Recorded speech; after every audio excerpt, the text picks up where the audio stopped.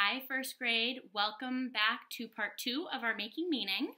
The book that we have been reading that you read on Tuesday is called A Day in the Life of a Garbage Collector. So we've already read through this book and you learned all about Rick and what he does throughout his day as a garbage collector. And now what we're going to learn about is different things called text features of this book.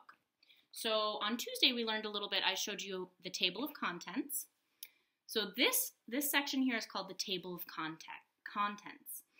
Can you look at the titles and think, why would we need something like a table of contents? You can see the titles are written here with their pages. What's a reason that we would need to use a table of contents? So the table of contents tells us which part of the book is on which page. So for example, when do garbage collectors start their days? We can see here that it's on page, information is on page 4. Here, who helps garbage collectors? That information is on page 15. So the table of contents tells us which page some information is that we would want to learn from this book. It's a fast way to get to the information in the book. Okay, I'm going to skip forward to the glossary. This here is called the glossary. I want you to look at this page here and tell me, what do you think this page, what do you think a glossary is? What information does the glossary give us? It gives us the definition of certain vocabulary words that maybe we wouldn't know. So for example, a landfill it even tells us how to pronounce it, landfill, an area where garbage is buried. At a landfill, garbage is stacked and covered with dirt. So the glossary gives us the definition of certain vocabulary words that we maybe wouldn't know. I'll tell you some more of these definitions of some vocabulary words that we heard from the book on Tuesday. A mechanic is someone who operates or fixes machines. We learned that on Tuesday. Somebody who, not just cars and trucks, but also planes and other types of machines. Recycle means to make new items from old items. For example, cans, plastic, paper, and glass can all be recycled. A route is a series of places a garbage collector visits to pick up garbage. It's kind of like a map, a way that the garbage collector goes every time that they go out to pick up trash. A time card is a card used to record the time a worker is on their job. I'll show you another picture of a time card that I showed you from last time, but just in case if you forgot. This here is an example of the time card that the garbage collector, Rick, uses to swipe for the time that he gets into work. So, this here is the glossary that gives us the definition of words that we might not know from the book. Over here, we have the title says, can I have you read this one right here? Read more. So this section actually gives us more information about books that we could read if we wanted to learn more about garbage trucks and garbage collectors.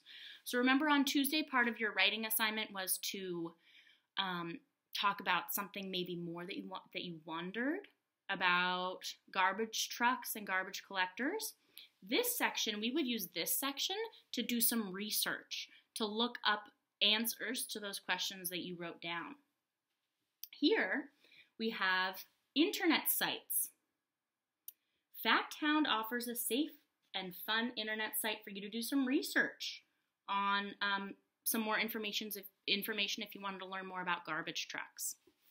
Okay, so this is the end of the book that gives you just more information if you wanted to learn more about what you read. Okay, so the next thing we're going to learn about from this book, we went over it a little bit on Tuesday, but we are going to go over this picture right here. This picture is called an equipment photo diagram. This is a photo diagram.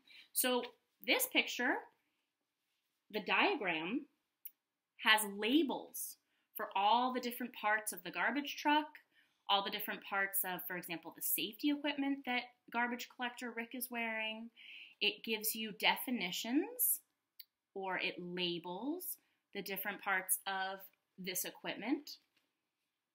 So, for example, we have the recycling bin, the garbage can, the lift. That's what lifts the garbage into the bin. Garbage collector Rick is wearing gloves, hard hat. So again, this one right here is called the equipment photo diagram. Can you think of a time that you've made your own photo diagram?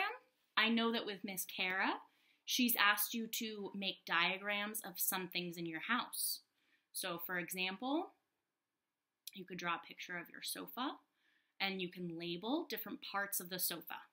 We have the cushions, we have the legs of the sofa, we have the pillows on the sofa. So that again is called an equipment diagram. Okay, so what I want you to do for our writing assignment is I want you to find something in your house and I want you to make a photo diagram of that something. So, for example, if I were to choose my cell phone here, I would draw a picture of my cell phone. I'll clear that. That's my dog, Huey. And I would point with arrows, just like this book does with the photo diagram. Let me show you one more time. Do you see how there are arrows pointing to each part of the equipment?